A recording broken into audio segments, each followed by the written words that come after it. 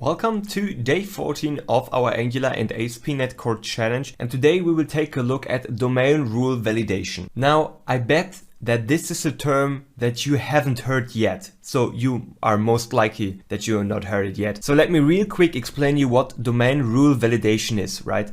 Because even if you take a look here at that line of code, like if flight remaining number of seats is bigger than DTO number of seats, go ahead and do something. Domain rule validation is not really about code. So first of all, I want to compare it to our input validation. When we talk about input validation, we make sure that we have a form which is secured. So if you are asked to write down an email address into a form, you cannot go ahead and write down a name, right? Because it will complain then and say, hey, you entered a wrong information. So this is sort of a low-level validation, right? So it's definitely based on code. We are protecting our front end and we are protecting our back end from being abused, well, intentionally or unintentionally, so that we really make sure we have to validate what the user is entering to use our API.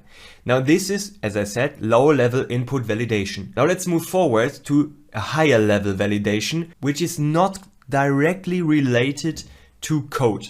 So what exactly is a domain? Domain here is sort of the business use case. So in our case here, we are building a flight portal where people can book flights. So our use case or our business use case or our domain is that we can solve the problem or provide users a way to book a flight. So our domain is flight booking. Okay, so domain is just another word for business use case, just to make it easy or to explain it in simple words.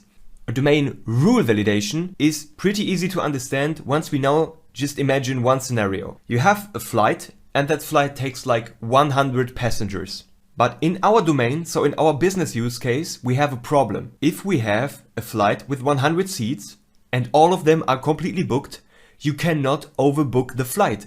And this is a business specific problem, or not a problem, but this is a business specific scenario, right? So it doesn't really matter if it's in our application or at the local airport. If you go to your local airport and the flight is completely booked, you cannot overbook it. This also appeals to our application. If the flight is completely booked, you cannot overbook, right? So this is the domain rule validation. It appeals not to a single line of code. It appeals to a general business problem or to a business scenario, right? So it doesn't matter if it's on your local airport or in your application, you cannot overbook a flight.